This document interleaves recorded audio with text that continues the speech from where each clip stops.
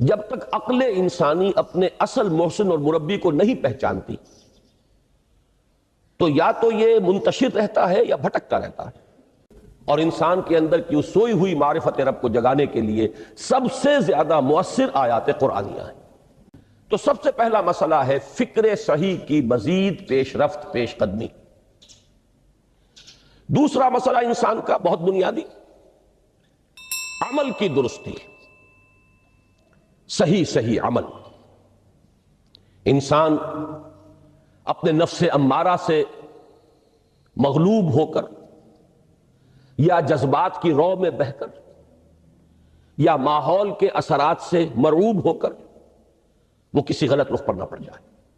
وہ لوگ کہ جو اللہ کو یاد رکھتے ہیں، اللہ کا ذکر کرتے ہیں، کھڑے ہوئے بھی، بیٹھے ہوئے بھی، اور اپنے پہلوؤں کے بل یعنی لیٹے ہوئے بھی. اب ان تین کے سوا تو کوئی پوزیشن انسان کی نہیں ہے. اسی کا نام ہے دوام ذکر. اس قدر تو ہم نے تمہیں بتا دیا، سمجھا دیا، یہ بات تو آ گئی تمہارے عقل میں. اب جاؤ خود غور کرو، مزید آگے پیش قدمی کرو. یہ قدر گفتے باقی فکر کن. فکر اگر جامد بوت رو ذکر کن. فکر میں جمود آ جائے، فکر سست پڑ جائے تو جاؤ پھر ذکر کرو. تو یہ ذکر اور فکر گویا کہ گاڑی کے دو پہیے ہیں کہ جن سے فکر انسانی صحیح رخ پر آگے بڑھے گا. کسی شے کا مضبوط ہو جانا، پختہ ہو جانا، قوی ہو جانا، ایسی صلاحیت حاصل کر لینا کہ وہ اپنی حفاظت کر سکے، اپنے خلاف کسی بھی اقدام پر اپنا دفاع کر سکے. یہ اور حکمت انسان کے فکر اور اس کے شعور کی پختگی کا نام ہے. اس لیے کہ انسان حیوانات سے ممیز کیا گیا ہے اگرچہ مختلف اعتبارات سے، لیکن یہ کہ اس میں سب سے اہم اعتبار یہ ہے کہ یہ حیوان عاقل ہے. اسی طریقے سے اسے حیوان ناطق کہا جاتا ہے، اور نطق اور عقل کا بڑا گہرا تعلق ہے اور ربط ہے، دونوں ایک دوسرے سے جڑے ہوئے. تو ہم کہیں گے شعور. عقل سے انسان کو شعور حاصل ہوتا ہے، اور نطق جو ہے اس کی بنیاد، اس کا سورس جو ہے وہ یہی شعور ہے. تو انسانی فکر کی پختگی، انسانی شعور کی پختگی، اس کے اندر ایسی صلاحیت کا پیدا ہو جانا کہ وہ حقائق تک رسائی حاصل کر سکے، اس میں اتنی قوت پیدا ہونا کہ وہ صحیح رخ پر، صحیح رخ سے موڑنے والے جتنے محرکات ہیں ان کے مقابلے میں اپنا دفاع کر سکے. یہ حکمت ہے. لہذا فلسفہ دین کی بجائے اب آپ اپنے ذہن میں حکمت دین کا لفظ رکھیں، اور اب غور کیجئے کہ حکمت دین میں صلاۃ کے مقام کو سمجھنے کے لیے ہمیں یہاں سے ابتدا کرنی چاہیے کہ حکمت دین کا سب سے بنیادی مسئلہ کون سا ہے. حکمت دین کا سب سے اہم، سب سے بنیادی، اولین مسئلہ معرفت خداوندی. انسان اپنے رب کو پہچانے اور رب کو پہچان کر اپنے فطری جذبہ تشکر کو اس کی ذات سے وابستہ کر دے. یہ فطری جذبہ تشکر بھی آپ سمجھ لیجئے کہ یہ بھی نہ صرف انسان بلکہ حیوانات کا بھی خاصہ ہے کہ اگر ان کے ساتھ کوئی بھلائی کی جائے تو ایک خاص رد عمل ان کی طبیعت میں پیدا ہوتا ہے جسے ہم جذبہ شکر یا جذبہ تشکر سے تعبیر کر سکتے ہیں. حیوان کے پاس اگرچہ وہ زبان نہیں ہے کہ جس میں وہ اپنے اس جذبے کو الفاظ کا جامہ پہنا کر اپنے محسن کی خدمت میں پیش کر سکے، لیکن یہ کہ اگر کبھی کسی بھوکے پیاسے حیوان کو آپ نے کوئی غذا فراہم کی ہو یا پانی پلایا ہو، اور پھر اگر آپ اس کی آنکھوں میں دیکھیں گے تو وہ جذبہ تشکر وہاں سے ابلتا ہوا محسوس ہوگا. یہ گویا کہ فطرت کا تقاضا ہے. حیوانات سے بلند تر سطح پر انسان ہے، تو فطرت انسانی کا بڑا اساسی اور بنیادی تقاضا ہے کہ وہ اپنے محسن کا شکر ادا کرے. جس نے بھی اس کے ساتھ کوئی بھلائی کی ہو، خیر کیا ہو، اس کی کوئی احتیاج پوری کی ہو، اس کی کوئی ضرورت پوری کی ہو، اس کا وہ شکر بجانا ہے. تو یہ فطری جذبہ تشکر جب تک عقل انسانی اپنے اصل محسن اور مربی کو نہیں پہچانتی تو یا تو یہ منتشر رہتا ہے یا بھٹکتا رہتا ہے۔ چنانچہ شرک کی جو ساری تاریخ ہے اس کا تجزیہ کریں گے تو بات یہی نظر آئے گی کہ اس جذبہ تشکر نے اپنے علم کی کوتاہی کی وجہ سے، اپنے فہم کی کوتاہی کی وجہ سے مختلف اشیاء کے ساتھ یا مظاہر قدرت کے ساتھ اپنے آپ کو منسلک کر لیا۔ مثلاً یہ کہ یہ بات غلط نہیں ہے کہ ہماری دنیا کا یہ سارا نظام جو ہے اس میں سورج کی حرارت کو بہت بڑا دخل حاصل ہے۔ ساری انرجی جو ہمارے پاس ہے اس کی سورس تو اصل میں وہ سولر انرجی ہے۔ لکڑی بھی آپ جلا کر اگر آگ کے ذریعے سے حرارت حاصل کرتے ہیں تو وہ بھی در حقیقت سورج ہی کی وہ حرارت تھی کہ جو اس لکڑی میں جذب ہوئی ہے، اس نے وہ صورت اختیار کی۔ فصلوں کو سورج پکاتا ہے، اس کی حرارت جو ہے وہی ان کے پکنے کا ذریعہ بنتی ہے۔ لہذا انسان نے یہ سمجھا کہ ہمارا سب سے بڑا محسن یہ ہے، لہذا اس کے آگے ہاتھ جوڑ دیے، اس کو سجدہ کیا، اسے معبود بنا لیا۔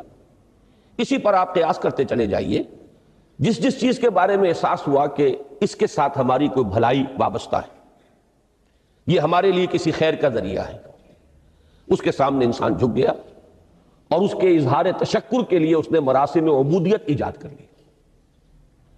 تو عقل انسانی کی اصل معراج یہ ہے کہ وہ اپنے اصل مربی کو پہچانے، اپنے اصل رب کی معرفت حاصل ہو جائے کہ یہ تمام مظاہر فطرت، مظاہر قدرت، اگرچہ یہ سب ہے اس دنیا میں، اس کے نظام کو مختلف پہلوؤں سے ان کے ساتھ وابستہ کیا گیا ہے، لیکن یہ سب خود کسی اور کی ربوبیت کے مظہر ہے۔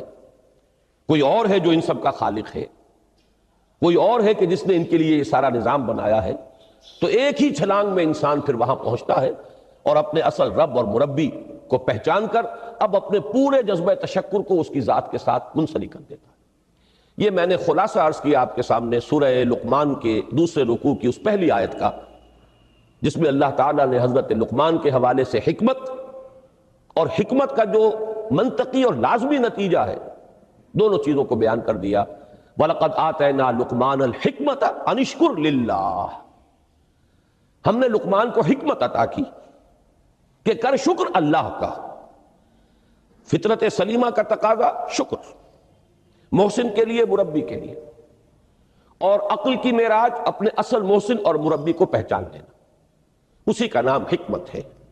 حکمت عقل صحیح اور فطرت سلیمہ کے امتزاج سے وجود میں آتی ہے، جس کا نتیجہ شکر رب ہے یا معرفت رب۔ تو یوں سمجھئے کہ حکمت دین کا اساسی مسئلہ یہ، باقی سارے مسائل اب یہیں سے آگے چلیں گے۔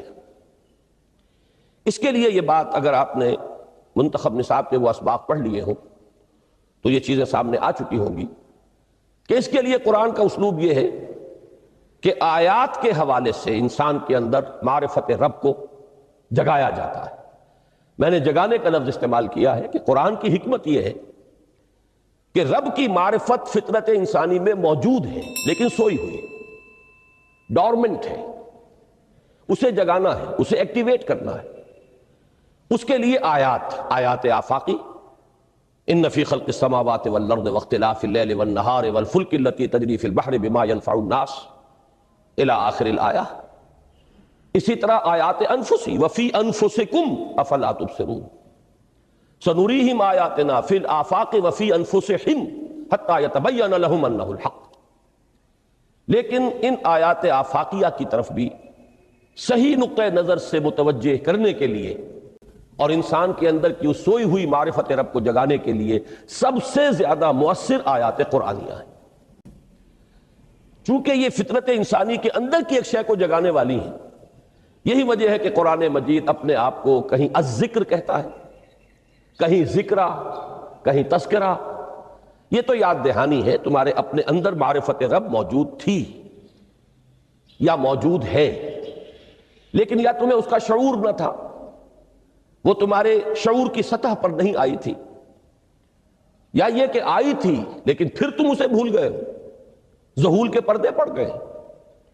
جیسا کہ علامہ اقبال نے کہا کہ کافر کی یہ پہچان کے آفاق میں گم ہے، تم پھر گم ہو گئے ہو، لہذا اس کو اجاگر کرنے کے لیے، تازہ کرنے کے لیے یہ آیات قرآنیہ ہیں، ان اندھیروں سے، گمشدگی کے اندھیروں سے نکالنے کے لیے، معرفت کی روشنی میں لانے کے لیے یہ آیات مبارکہ ہے۔ هو الذی ينزل علی عبدہ آیات بینات لیخرجکم من الظلمات الی النور، اندھیروں سے نکال کر روشنی میں لانے کے لیے اللہ نے اپنے بندے پر صلی اللہ علیہ وسلم یہ آیات بینات نازل کی ہیں۔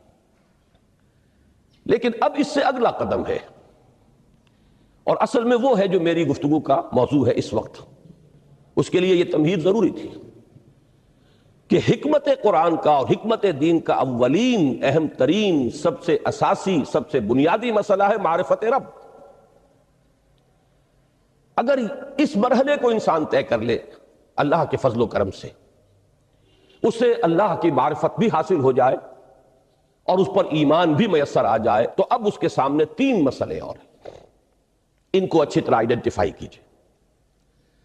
پہلا مسئلہ یہ ہے کہ اس کی فکر صحیح مزید پیش قدمی کرے، آگے بڑھے۔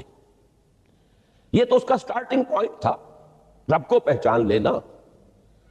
ابھی تو اس سے آگے بڑھ کر اس فکر صحیح کو، بڑی بلندیوں کو چھونا ہے، جیسے کہ کلمہ طیبہ کی تمثیل بیان کی گئی قرآن مجید میں، کَشَجَرَةٍ طَیِّبَةٍ أَصْلُهَا ثَابِتٌ وَفَرْعُهَا فِي السَّمَاءِ۔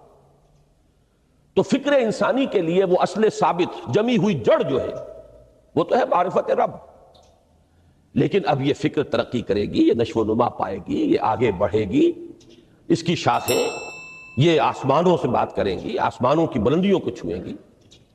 تو سب سے پہلا مسئلہ ہے فکر صحیح کی مزید پیش رفت، پیش قدمی۔ دوسرا مسئلہ انسان کا بہت بنیادی، عمل کی درستی، صحیح عمل۔ انسان اپنے نفس امارہ سے مغلوب ہو کر، یا جذبات کی رو میں بہہ کر، یا ماحول کے اثرات سے مرعوب ہو کر وہ کسی غلط رخ پر نہ پڑ جائے، تو اس کے عمل کو درست رکھنے کے لیے کوئی اسے سہارا درکار ہے۔ اور تیسری ضرورت اس کی، یہ میرے نزدیک اس دور میں سب سے زیادہ نگاہوں سے اوجھل ہو چکی ہے، یہاں تک کہ ہمارے بہت سے دینی حلقے بھی، خاص طور پر جو ریلیجس ایکٹیوسٹ شمار ہوتے ہیں، جو دین کی احیائی جد و جہد میں مصروف نظر آتے ہیں، تجدید دین، احیاء دین، غلبہ دین، اقامت دین، ان کی بھی ایک بہت بڑی محرومی ہے کہ وہ ایک تیسرے گوشے کو تقریباً نظر انداز کر رہے ہیں، اور وہ ہے روحانی ترقی۔ اس لیے کہ انسان کی اصل عظمت کی بنیاد تو وہ روح ہے جو اس میں پھونکی گئی، وَنَفَخْتُ فِيهِ مِن رُوحِي، جس کا تعلق ذات باری تعالیٰ کے ساتھ ہے۔ کم سے کم یہ تو ہر شخص مانے گا، کوئی بڑے سے بڑا ریشنلسٹ اور روحانیت کا منکر شخص وہ بھی یہ تو ماننے پر مجبور ہے کہ اللہ تعالیٰ نے اس کی جو نسبت اپنی طرف فرمائی ہے، روحی، اس میں در حقیقت انسانی روح کی عظمت اور اس کی شرافت، اس کی بلندی اور اس کی بزرگی کی طرف اشارہ ہے۔ بہرحال اس کی ترقی، فکر صحیح کی ترقی۔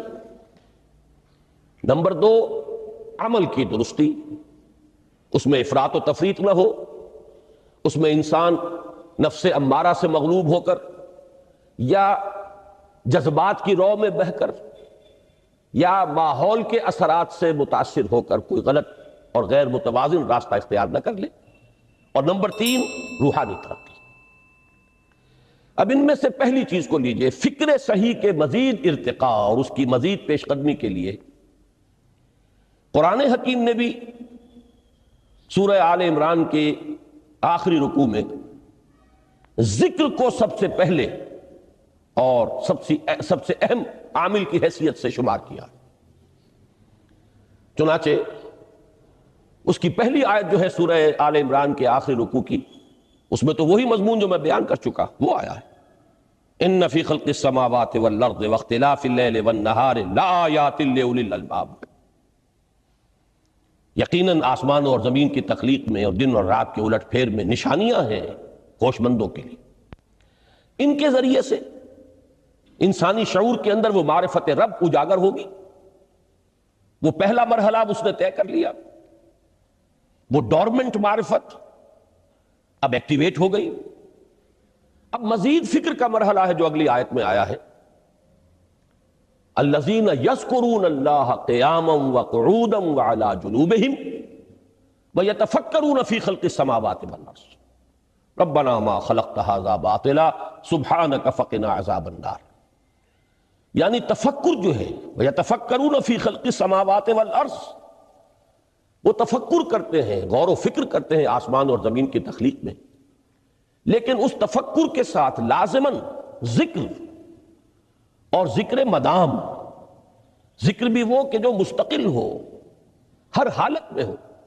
الذین یذکرون اللہ قیاما وقعودا وعلی جنوبہم، وہ لوگ کہ جو اللہ کو یاد رکھتے ہیں، اللہ کا ذکر کرتے ہیں، کھڑے ہوئے بھی، بیٹھے ہوئے بھی، اور اپنے پہلوؤں کے بل یعنی لیٹے ہوئے بھی۔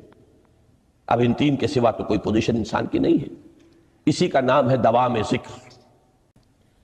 اور اس کے ساتھ اگر وہ تفکر کرتے ہیں تو ان کا فکر اگلی منزل تک پہنچتا ہے۔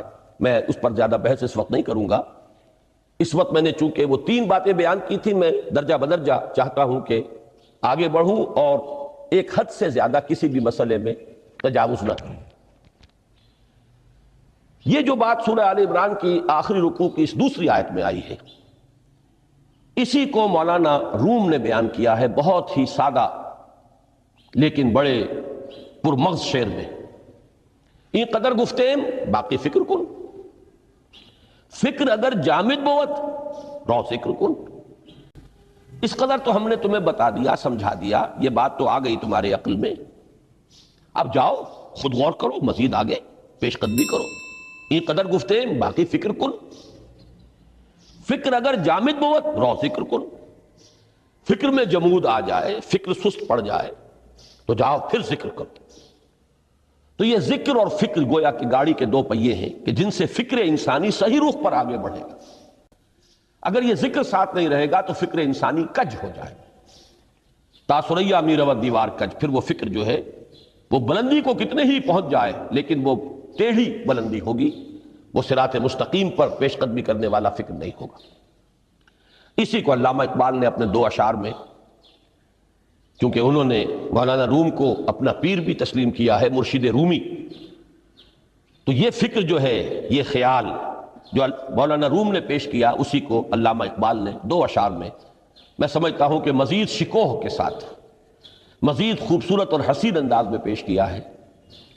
جز بقرآن زے غمی روباہی است، فقر قرآن اصل شاہنشاہی است۔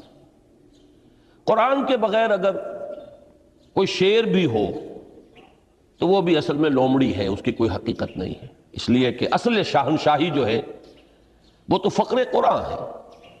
اب فقر قرآن کیا ہے؟ فقر قرآن اگر آپ لکھا ہوا دیکھیں گے اس کو تو اس کے آگے یہاں اب سوالیہ نشان آ جائے گا۔ فقر قرآن یعنی سوچو فقر قرآن کیا ہے، اور جواب ہے اختلاط ذکر و فکر۔ فقر قرآن امتزاج سے وجود میں آتا ہے کہ اس میں ذکر بھی ہو، فکر بھی ہو۔ اور فکر را کامل نہ دیدم جز بے ذکر، میں نے فکر کو کبھی بھی اپنی منزل مقصود تک پہنچتا ہوا نہیں پایا جب تک کہ اس کے ساتھ ذکر نہ ہو۔ تو پہلی شے تھی فکر انسانی کی صحیح رخ پر مزید پیش قدمی اور پیش رفت، اور اس کے لیے لازم ہے ذکر و فکر کا امتزاج۔ دوسری چیز کو لیجئے عمل کی درستی۔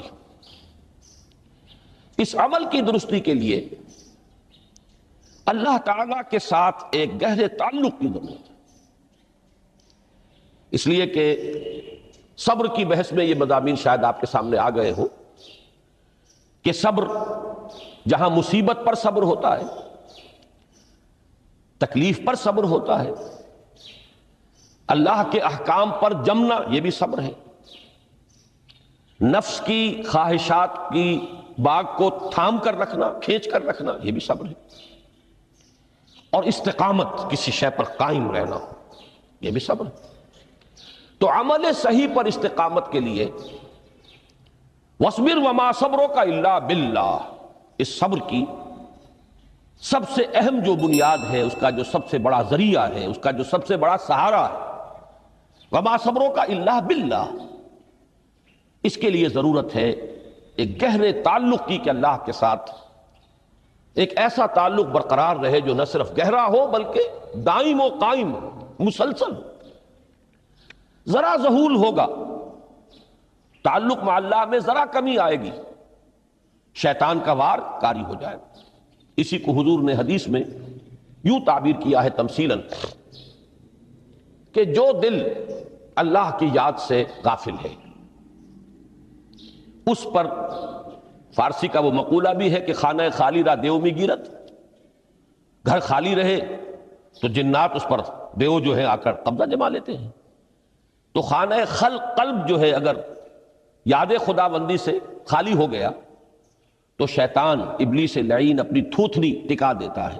یہ لفظ آتا ہے سور کے منہ کے لیے تھوتنی، جس طرح اس کا نکلا ہوا سا منہ ہوتا ہے آگے، تو یہ لفظ استعمال کیا گیا کہ وہ اپنی تھوتنی انسان کے دل پر جما کر اور پھوکے مارنی شروع کر دیتا ہے۔ تو شیطان کو موقع ہی تب ملتا ہے جب انسان کے تعلق مع اللہ کے اندر کمی ہو، وہ خانہ بالکل خالی ہو گیا ہو یا اتنا ضعیف ہو گیا ہو کہ کل عدم ہو جائے، گویا کہ نہیں۔ تیسری چیز کی طرف آئیے، روحانی ترقی۔ روحانی ترقی کے لیے میں ایک اصطلاح کے سامنے لا رہا ہوں، اس سے مراد کیا ہے؟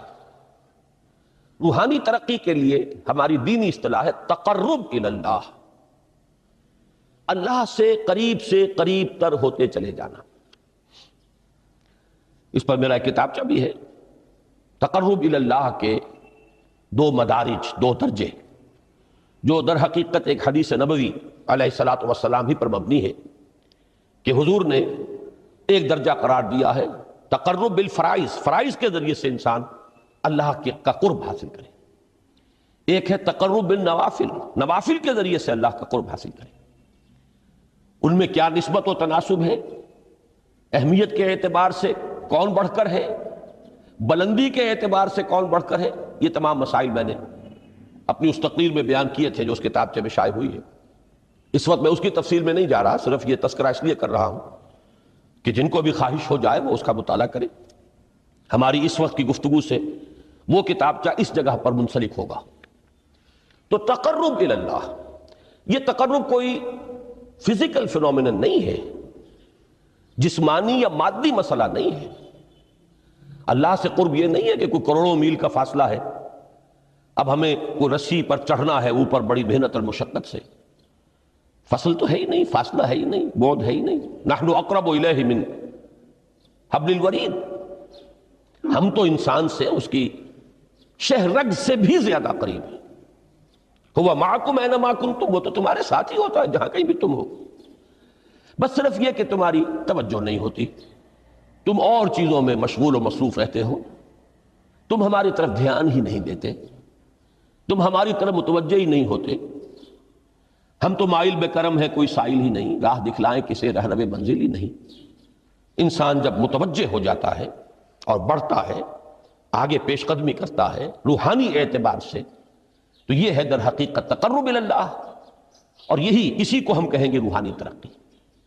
اب ان تین چیزوں کو اگر آپ نے ذہن میں جما لیا، پھر میری بات کی ترتیب اس کو ذہن میں قائم کیجئے۔ ہم چلے کہاں سے؟ کہ دین کے ساتھ اصل مناسبت فلسفے کی نہیں، حکمت کی۔ نمبر 2، حکمت قرآنی کا پہلا اور اہم ترین اور بنیادی مسئلہ معرفت رب کا حصول ہے۔ اس کا نتیجہ شکر خدا بندی ہے، اس کا ذریعہ آیات آفاقی، آیات انفسی، اور سب سے بڑھ کر آیات قرآنیہ ہیں جو الذکر ہے، جو تذکرہ ہے، جو ذکرہ ہے۔ لیکن اس پہلے مرحلے کو اگر کوئی انسان بفضل ہی تعالی، اللہ کے فضل و کرم سے طے کر لے، اب اس کے سامنے تین مسئلے، فکر کی مزید پیش رفت، مزید پیش قدمی صحیح رخ پر، اس کے لیے ذکر اور فکر دونوں کا امتزاج لازمی ہے۔ فقر قرآن اختلاط ذکر و فکر۔ الذین یذکرون اللہ قیاما وقعودا وعلی جنوبہم ویتفکرون فی خلق السماوات والارض۔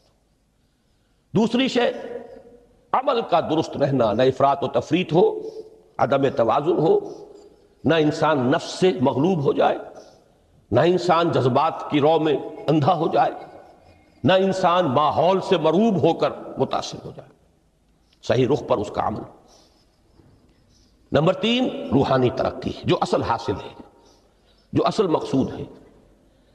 نمبر 2 چیز کے لیے تعلق مع اللہ ضروری، نمبر 3 کے لیے تقرب الی اللہ ضروری۔ اب غور کیجئے، ان تینوں چیزوں کا بڑا گہرا تعلق ہے نماز کے ساتھ۔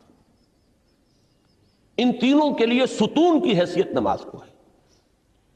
لہذا ایمان کے بعد یا معرفت رب کے بعد حکمت دین کا اہم ترین مسئلہ نماز، صلاۃ، اس لیے کہ ایک طرف یہ انسان کو اللہ کے ساتھ ایک گہرے تعلق کا ذریعہ فراہم کرتی ہے۔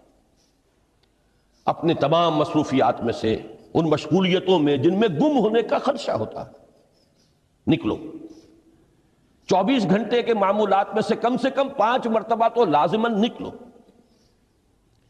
اور اپنے آپ کو ذرا، اپنے حواس کو بھی، اپنی باطنی کیفیات کو بھی ذرا تازہ کرو۔ اگر کوئی گندگی، نجاست، کسی طرح کی ناپاکی کا کوئی معاملہ ہے، طہارت حاصل کرو۔ طہارت سے تمہارے اندر روح کو بھی بالیدگی ہوگی، تمہارے حواس بھی تازہ ہوں گے، تم گویا کہ بحیثیت کل تمہاری ہستی چاق و چوبند ہو جائے گی۔ وہ کسل، وہ سستیاں، وہ جو ایک کثافتیں ہوتی ہیں، ان سب سے نجات حاصل کرو، اور اب اپنے رب کے حضور میں کھڑے ہو جاؤ، اس کے ساتھ اپنا عہد بھی تازہ کرو، اس کی اہم صفات کو بھی اپنے ذہن میں پھر مستحضر کرو۔ یہی وجہ ہے، دیکھیے میں نے جو آیات آپ کو شروع میں سنائی تھی، سورہ لقمان کی 2 آیتیں، پہلی آیت میں اس کا ترجمہ کر چکا، دوسری آیت وَلَقَدْ وَإِذْ قَالَ لُقْمَانُ لِابْنِهِ وَهُوَ يَعِظُهُ يَا بُنَيَّ لَا تُشْرِكْ بِاللَّهِ إِنَّ الشِّرْكَ لَظُلْمٌ عَظِيمٌ۔ اس کے بعد درمیان میں کچھ مضمون آ کر پھر وہ آیہ مبارکہ آئی، یا بنی اقم الصلاۃ وامر بالمعروف وانہی عن المنکر واصبر علی ما اصابک۔ گویا کہ اہم ترین چیز، بنیادی ترین چیز، اللہ کو محض پہچان لینا کافی نہیں ہے، یاد رکھنا ضروری ہے۔ اللہ یاد رہے گا تو فکر صحیح آگے بڑھے گا، اللہ یاد رہے گا اور اس کے ساتھ ایک گہرا تعلق جو ہے برقرار رہے گا تو عمل درست رہے گا۔ بالکل یہی بات سورہ طٰہٰ میں جو پہلی وحی حضرت موسیٰ علیہ السلام پر ہوئی، اور پہلا مخاطبہ ہے، چونکہ حضرت موسیٰ کو یہ انبیاء کرام کے مقدس گروہ میں ایک امتیازی حیثیت حاصل ہے کہ ان سے براہ راست گفتگو ہوئی ہے، اگرچہ صرف ایک پردہ تھا، اوٹ من ورائے حجاب گفتگو ہوئی ہے، لیکن یہ کہ کوئی فرشتے کا درمیانی جو ہے وہ لنک نہیں تھا، براہ راست اللہ تعالیٰ نے حضرت موسیٰ علیہ السلام سے کلام فرمایا۔ کلم اللہ موسیٰ تکلیما، موسیٰ سے تو اللہ نے کلام فرمایا جیسے کہ کلام کیا جاتا ہے۔ تو پہلا مخاطبہ ہے، یہ پہلا مکالمہ ہے، پہلی وحی کہیے، اسی میں یہ الفاظ بھی موجود ہیں، اننی انا اللہ لا الہ الا انا فاعبدنی واقم الصلاۃ لذکری۔ یہ گویا کہ حکمت قرآنی کا ایک بہت بڑا خزانہ ہے یہ آیت مبارکہ، کہ خود حضرت موسیٰ علیہ السلام کو جو ہدایت دی جا رہی ہے، میں ہوں، میں اللہ، اننی انا اللہ لا الہ الا انا، میرے سوا کوئی معبود نہیں، فاعبدنی، بس میری بندگی، میری عبادت، میری پرستش، میری محبت، اس کو اختیار کرو۔ وَأَقِمِ الصَّلَاةَ لِذِكْرِي، اور نماز کو قائم رکھو میری یاد کے لیے۔ بلکہ اسی سلسلہ کلام میں آگے چل کر سورہ طٰہٰ میں آتا ہے، کافی گفت و شنید کے بعد جب حضرت موسیٰ نے کچھ معذرت بھی کی، کچھ دعائیں بھی کی، اللہ نے ایک دعا قبول بھی کی کہ ان کے بھائی کو بھی شریک کر دیا، حضرت ہارون کو بھی۔ اس کے بعد پھر جب فرمایا کہ اب جاؤ فرعون کی طرف، تو اس میں فرمایا وَلَا تَنِيَا فِي ذِكْرِي، اور دیکھنا یہ جو عظیم مشن تمہارے کندھے پر آ گیا ہے، بڑا بھاری اور کٹھن، ایک فرض ہے جو تم پر عائد ہو گیا ہے. اس کے لیے سب سے بڑی تمہارے پاس جو قوت کا ذریعہ ہے وہ نماز ہے. اقیم فلا تنیا عن ذکری، میری یاد میں کبھی غفلت نہ کرنا، اس میں کبھی کوئی کمی نہ آنے دینا. جیسا کہ میں نے عرض کیا تھا کہ جیسے ہی وہ تعلق جو ہے کمزور پڑتا ہے یا منقطع ہو جائے معاذ اللہ، تو پھر انسان گویا کہ شیطان کے لیے ایک لقمہ تر بن جاتا ہے. اب آپ غور کیجئے، تیسری شے تقرب الی اللہ. اس کے حوالے سے بھی جو فرائض اور نوافل کی بات ہے اس کو اس وقت ذہن سے نکال کر یہ سمجھیے کہ اس میں نماز کا کیا مقام ہے. اس لیے کہ نماز فرض بھی ہے، نماز نفل بھی ہے، وہ تو ان دونوں میں شریک ہو جائے گی. اب اس کو لفظ صلاۃ کے حوالے سے آپ ان دونوں چیزوں کو سمجھیے. صاد لام واو یا یہ چونکہ حروف علت ایک دوسرے سے بدلتے رہتے ہیں، یہ جو مادہ ہے اس کی جو خالص لغوی اصل ہے، جو خالص عربی زبان میں اس کا بنیادی مفہوم ہے، وہ آگ جلانا یا آگ تاپنا یا آگ سینکنا، حرارت حاصل کرنا. لہذا بار بار آتا ہے جہنم کے ذکر میں اسلوہا، اب جلو اس میں، تاپو اس کو، یہ سینکے گی تمہیں. بلکہ تفتلون کا لفظ آیا ہے حضرت موسیٰ کے کلام میں، جب وہ گئے تھے کوہ طور پر، جب پہنچ گئے تو تھے آگ تک کی تلاش میں، لعلکم تستلون. تو اپنے اہل خانہ سے یہی کہا تھا کہ مجھے کہیں وہ روشنی نظر آ رہی ہے، غالباً کوئی وہاں سے آگ مل سکے گی، ورنہ یہ کہ کوئی رہنمائی کو رستہ مجھے مل سکے گا، میں وہ آگ لے آؤں گا، کوئی چنگاری وہاں سے لے آؤں. لعلکم تستلون، تاکہ تم، اب یہ اصطلاح در حقیقت باب افتعال ہے، اور یہ تے یہاں پر توئے کی شکل اختیار کر گئی، تا نے توبن کی صورت اختیار کی صاد کی وجہ سے. بہرحال اس کا سب سے بنیادی مفہوم جو ہے وہ ہے تاپنا، سکائی حاصل کرنا، حرارت.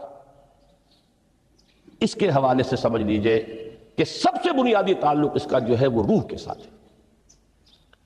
روح میں محبت خداوندی کی آگ اگر ٹھنڈی پڑ گئی ہو، اگر محبت خداوندی کی حرارت میں کمی ہو رہی ہو، تو اس کو اثر نو، جس کو کہ میں آج سوچ رہا تھا تو ایک لفظ ذہن میں آیا کہ جیسے بیٹری اس کو ریچارج کیا جاتا ہے، اسی طریقے سے روح کے اندر محبت خداوندی کی اس حرارت کو اثر نو تازہ کرنا، یہ ہے در حقیقت نماز کا اصل مقصد. اس لیے کہ اس لفظ کا بنیادی مفہوم، اصل لغوی مفہوم تو یہ، اگرچہ اس کا سب سے زیادہ کثرت سے جو استعمال ہوتا ہے، اور لفظ صلاۃ جس سے در حقیقت جس تصور پر مبنی ہے وہ ہے اقدام، کسی کی طرف متوجہ ہونا اور پھر دعا.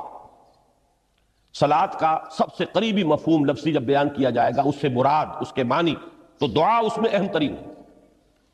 کسی کی طرف توجہ کرنا، مناجات کرنا، گفتگو کرنا، مخاطبہ، مکالمہ، دعا، یہ در حقیقت صلاۃ کا سب سے بڑا اصطلاحی مفہوم ہے.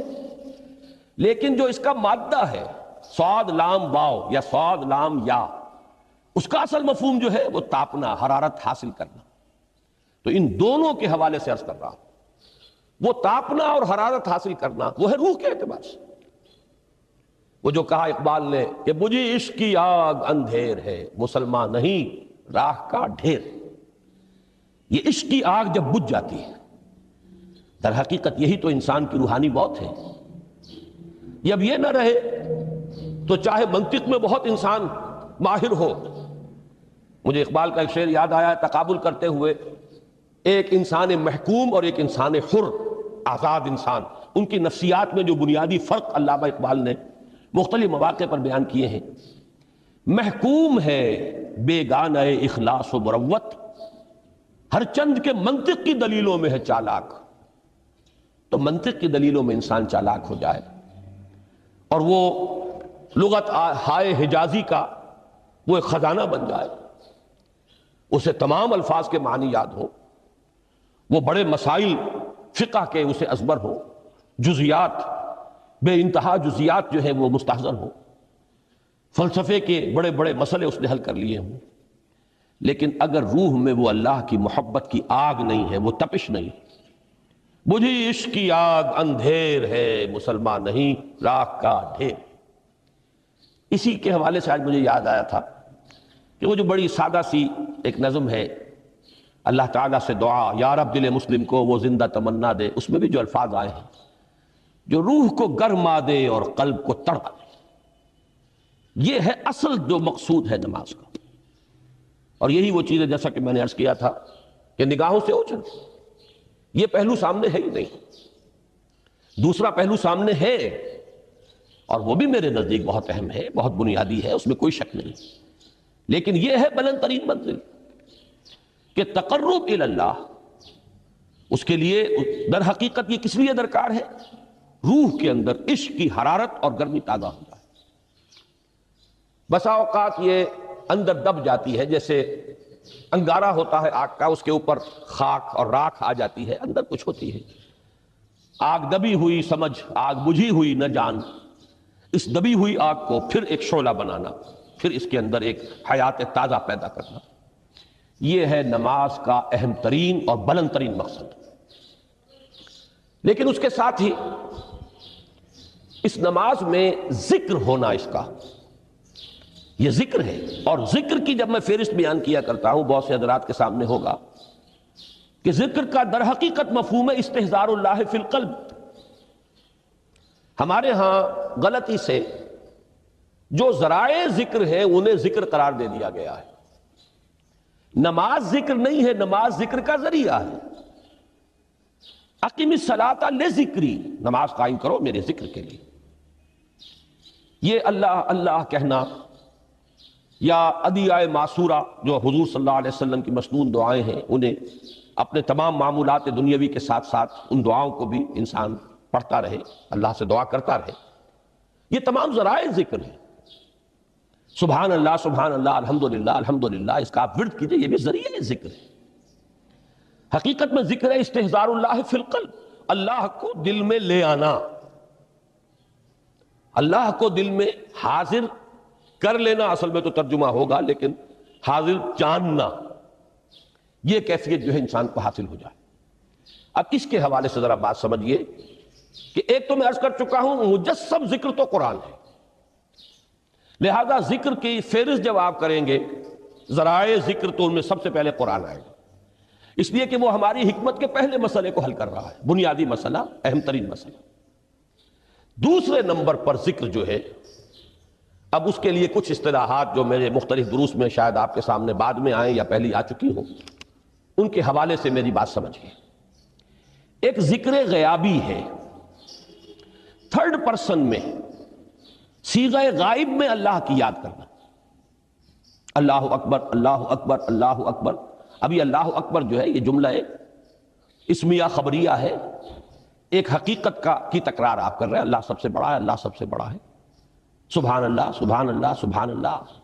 یہ در حقیقت ذکر غیابی ہے کہ آپ اس میں مخاطب نہیں ہے اللہ سے، ایک ذکر خطابی کہیں یا ذکر حضوری کہیں، جس میں مکالمہ ہوتا، جس میں گفتگو ہوتی۔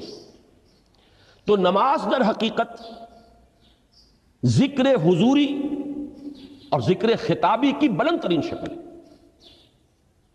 اس لیے میں نے عرض کیا تھا کہ نماز کے لفظ یا صلاۃ کے لفظ، یہ اصطلاحی معنی جو اکثر و بیشتر کیے جاتے ہیں وہ ہے دعا، اور دعا میں ہوتا کیا ہے؟ مکالمہ ہے، مخاطب، اے اللہ، اے میرے رب، اے پروردگار۔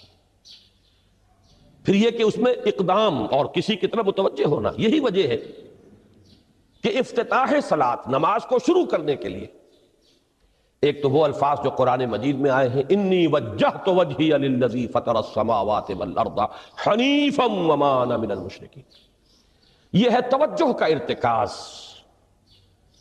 بشرطے کہ یہ صرف الفاظ ہی نہ نکل رہے ہوں، واقعتاً یہ تعبیر ہو اس وقت کی انسان کی نفسیاتی کیفیت کی، کہ شعوری طور پر وہ فیصلہ کرتا ہے کہ اب میں منقطع ہو رہا ہوں، ہر چہار طرف سے اپنی توجہ کو ہٹا کر، ہر مسئلے سے اپنے آپ کو خالی ذہن کر کے، یعنی ظاہری اور باطنی دونوں اعتبار سے میں اپنی توجہ کا ارتکاز کر رہا ہوں اس ذات کی طرف جس نے آسمانوں اور زمین کو پیدا کیا، اور بالکل یکسو ہو کر رہا ہوں۔ انی وجہت وجہی للذی فطر السماوات والارض حنیفا وما انا من المشرکین۔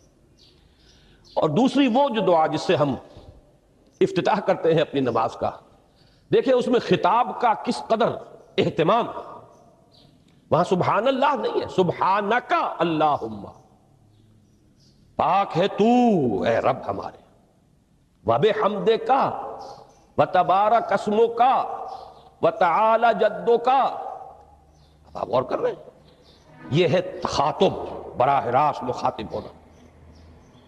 یہ گویا کہ لب لباب میں آپ کے سامنے عرض کر رہا ہوں علامہ اقبال کے خطبے کا، دی میننگ آف پریئر ان اسلام۔ خطبات جو ہیں ان کے مشہور، ان میں غالباً یہ تیسرا یا چوتھا لیکچر ہے کہ اس میں تصور یہ دیا گیا ہے کہ دو ہی انائیں ہیں، ایک انائے کبیر اننی انا اللہ لا الہ الا انا، یہ وہ انائے کبیر ہے، انائے مطلق ہے، میں، بہت بڑی میں، جس کو کہ علامہ اقبال نے کہا دی بگ آئی ایم۔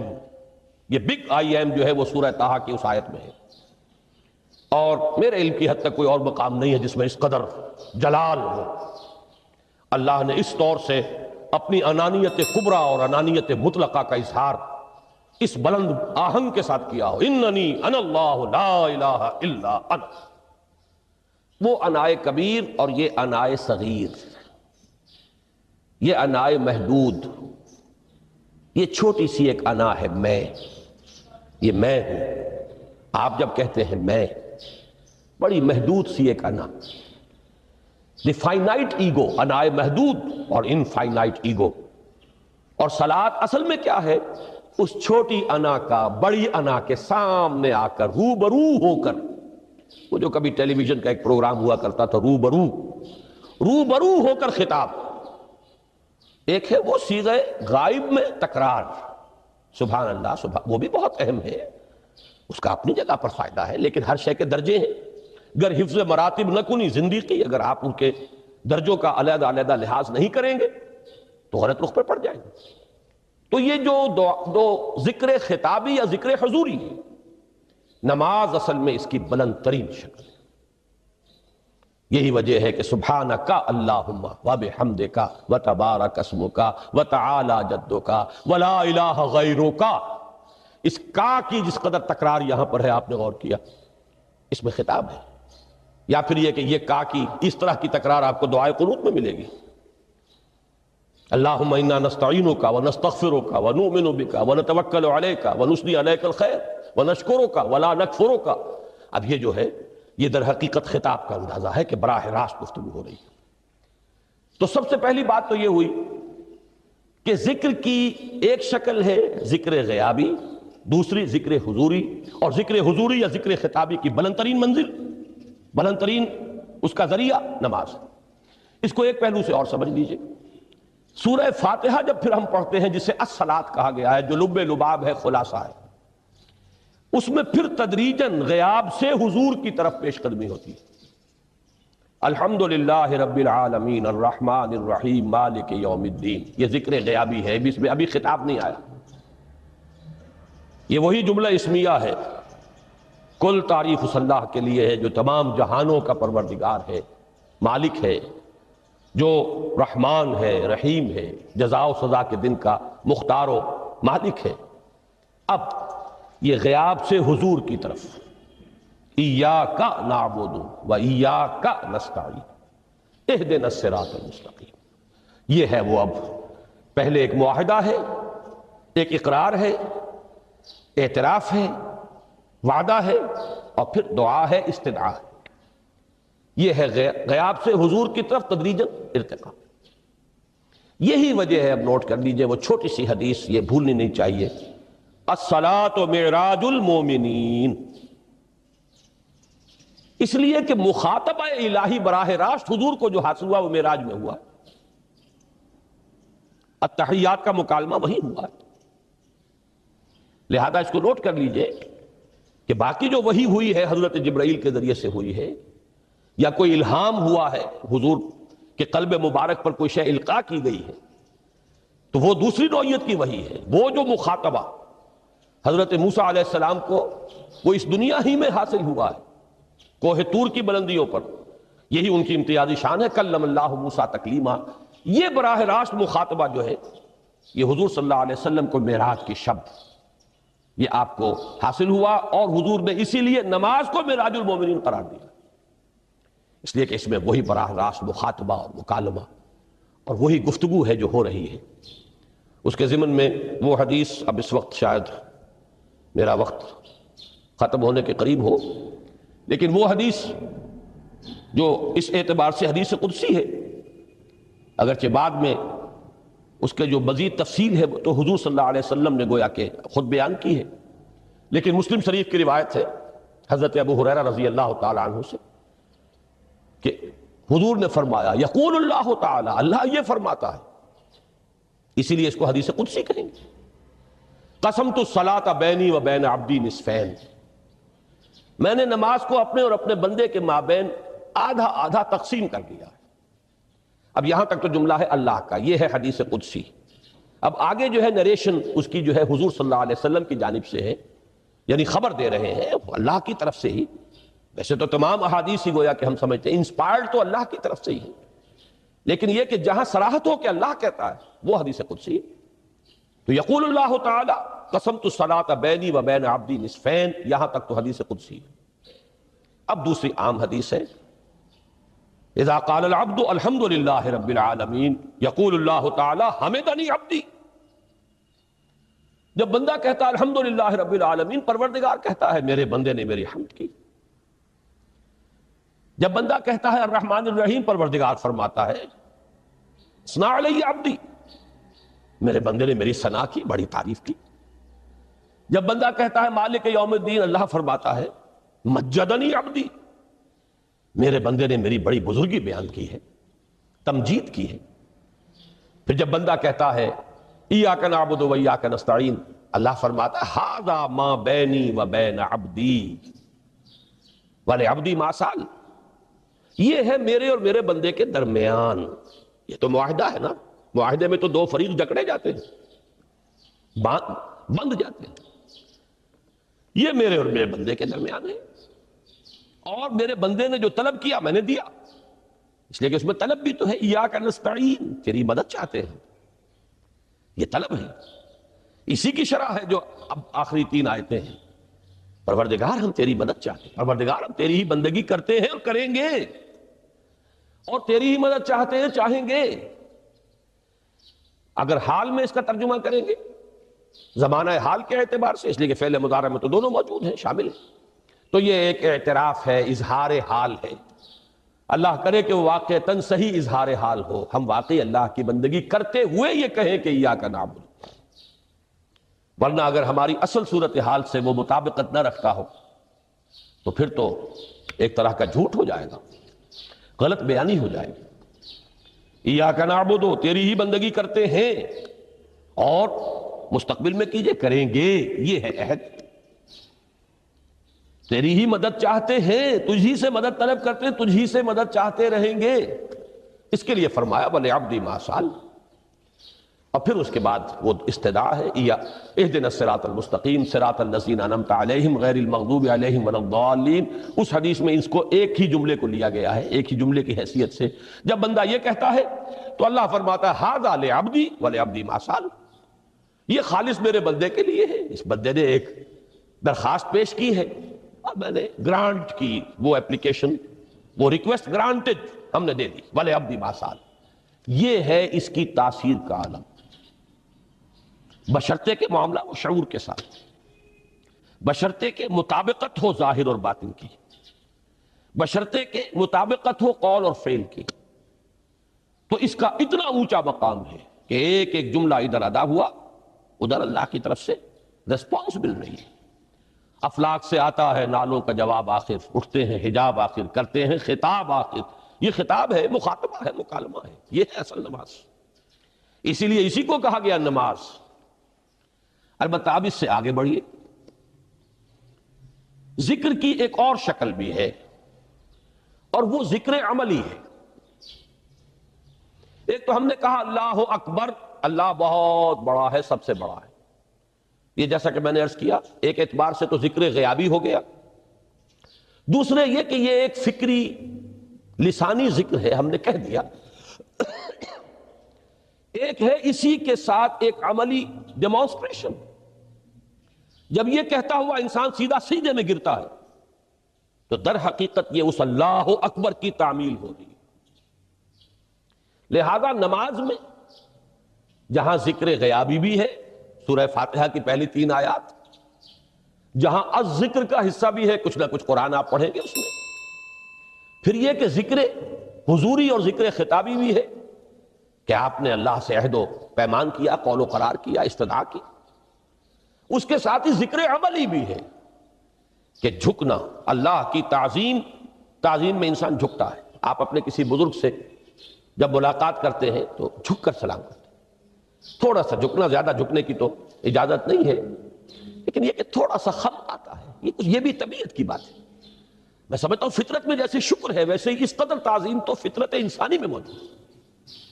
آپ استاد کے سامنے آئیں گے، تھوڑا سا خم کھائیں گے، آپ اپنے کسی بڑے بزرگ رشتہ دار کے سے ملیں گے تو تھوڑا سا خم لا محالہ ہو جائے۔ یہ در حقیقت اس آپ کے فکر کی ایک عملی تعبیر، اس کا عملی مظہر ہے کہ آپ نے اس ہستی کی تعظیم کی ہے، اس کی عظمت کا اقرار اور اعتراف کیا ہے۔ یہی تعظیم ہے اللہ تعالیٰ کی کہ جس میں پہلا درجہ ہے رکوع، جھکے آپ، اللہ اکبر کہہ کر جھکے، اور اس کے بعد پھر اس کا جو آخری درجہ ہو سکتا ہے وہ سجدہ ہے، جس میں کہ انسان نے جب اپنی پیشانی زمین پر ٹکا دی تو گویا کہ اس نے اپنی انانیت سے، اگر یہ شعور کے ساتھ ہوا ہو تب میں بات کہہ رہا ہوں، تو گویا کہ اس نے اپنی انانیت سے کامل دستبرداری اختیار کر کے اور اپنے آپ کو اپنے رب کے قدموں میں ڈال دیا۔ یہی وجہ ہے کہ حضور نے اس کو تعبیر فرمایا ہے کہ جب سجدہ کرو تو یوں محسوس کرو کہ تم نے اپنا سر اپنے رب کے قدموں میں رکھ دیا۔ یہ کیفیت ہونی چاہیے، اور چونکہ میں نے ابھی عرض کیا کہ یہ در حقیقت انسان کی انانیت، میں، میری مرضی، میری خواہش، میری پسند، میری عقل، میری منطق، میرا چوائس، میرا اختیار، یہ سب چیزیں ہی تو در حقیقت جو ہمارے اندر ایک مضمر ہے شیطنت، اس شیطنت کا مظہر یہی تو ہے۔ جب اس کو انسان اپنے ہاتھوں اپنے رب کے قدموں میں رکھ دیتا ہے تو در حقیقت اسی لیے اس کو تعبیر کیا گیا کہ اقرب ما یکون العبد الی ربہ فی السجود، بندہ اپنے رب سے قریب ترین جو ہوتا ہے وہ سجدے میں ہوتا ہے، بشرطے کہ وہ سجدہ واقعی سجدہ۔ اس میں حقیقت یہ ہے کہ اقبال کا وہ شعر بڑی صحیح تعبیر ہے، وہ سجدہ روح زمین جس سے کانپ جاتی تھی، یہ ہے اصل میں تعبیر۔ اسی کو آج ترستے ہیں ممبر و محراب، سجدوں پر سجدے اور رکعتوں کے ڈھیر لگ گئے ہوں، اور 17 رکعتیں پوری نماز عشاء کی انسان نے ادا کی ہوں گن گن کر، اور 17 رکعتوں میں آپ کو معلوم ہے 34 تو سجدے ہو ہی گئے، تو سجدوں پر سجدے اور رکعتوں کے ڈھیر، لیکن یہ کہ اگر وہ کیفیت آپ کے صحیح عکاسی نہیں کر رہی ہے آپ کے ذہن کی، آپ کی نفسیاتی کیفیت کی، آپ کی قلبی کیفیت کی، آپ کے شعور کی، تو پھر ٹھیک ہے، ثواب تو ملے گا اس نماز سے بھی، اس لیے کہ ثواب کا نہ ملنا تو ظلم ہوگا، سوائے ایک بات کہ اس میں اگر کوئی ریاکاری ہے، دوسروں کو دکھانے کے لیے نماز پڑھی گئی ہے، تو ریاکاری تو زیرو کے مانند ہے کہ اس سے جو شے ضرب کھاتی ہے زیرو ہو جاتی ہے۔ 1 کروڑ کی تعداد عدد کو آپ زیرو سے ضرب دے زیرو ہو گئے، تو ریاکاری تو زیرو کر دینے والی شے، بلکہ زیرو ہی نہیں کرتی، وہ شرک تک پہنچا دیتی ہے۔ من صلی یرائی فقد اشرکا ومن صام یرائی فقد اشرکا ومن تصدق یرائی فقد اشرکا، جس نے دکھانے کے لیے نماز پڑھی اس نے شرک کیا، جس نے دکھانے کے لیے روزہ رکھا اس نے شرک کیا، جس نے دکھانے کے لیے صدقہ خیرات کیا اس نے شرک کیا۔ لیکن یہ کہ اگر یہ بات نہیں ہے، اگر ریاکاری نہیں ہے، کوئی بدنیتی نہیں ہے، تو ایک شخص نے وقت نکالا ہے، اسی وقت میں وہ اپنا کوئی اور کام کر سکتا تھا، کوئی 2-4 پیسے کما سکتا تھا، کوئی اور دھندا دنیا کا جو ہے کرتا، لہذا اگر وہ نہیں ہے، ریا نہیں ہے، تب اس کا اجر تو لازم ہے، اس نے کچھ نہ کچھ ڈیووٹ کیا ہے، کچھ نہ کچھ سیکریفائس کیا ہے، کچھ نہ کچھ قربانی دی ہے۔ لیکن یہ کہ پھر وہ نماز یہ نہیں ہے، وہ سجدہ روح زمین جس سے کانپ جاتی تھی، اسی کو آج ترستے ہیں ممبر و محراب۔ وہ سجدہ واقعتاً انسان اشرف المخلوقات، وہ جب اپنے اس گہرے شعور اور احساس کے ساتھ سر بسجود ہوتا ہے تو یہ ہے اقرب ما یکون العبد الی اللہ فی السجود، قریب ترین جو بندہ ہوتا ہے اللہ سے وہ سجدے کی حالت میں ہوتا ہے۔ یہ میں نے 3 چیزوں کے حوالے سے اب آپ کے سامنے باتیں رکھی ہیں کہ پہلی منزل معرفت رب کا حصول، اللہ پر ایمان، اور شکر خداوندی، اس کی لذت کا حاصل ہو جانا۔ اس کے بعد اب 3 ضرورتیں ہیں۔ فکر صحیح کی مزید پیش قدمی، صحیح رخ پر۔ اس کے لیے جہاں فکر درکار ہے وہاں ذکر بھی درکار ہے، اور اس ذکر کی جامع ترین صورت نماز ہے۔ نمبر 2، انسان کے عمل کے درست رہنا، اس لیے کہ ذرا سا قرآن مجید میں سورہ اعراف میں نقشہ کھینچا گیا ہے ایک شخص کا، اس کا نام تو وہاں نہیں ہے، بلعام بن باعورہ، ویسے تورات میں اس کا ذکر ہے اور اس نام کے ساتھ ہے۔ بہت بڑا عالم تھا، بہت بڑا فاضل۔ قرآن کے الفاظ ہیں، ہم نے اسے اپنی آیات عطا کی تھی، آتیناہ آیاتنا، اور ہم چاہتے تو اسے ابھی اور ترفع اور بلندی عطا کرتے، وَلَوْ شِئْنَا لَرَفَعْنَاهُ بِهَا وَلَكِنَّهُ أَخْلَدَ إِلَى الْأَرْضِ، لیکن وہ تو زمین ہی کی طرف دھنستا چلا گیا، اور کوئی ایک لغزش انسان کے لیے سارے کیے دھرے پر پانی پھیر سکتی ہے۔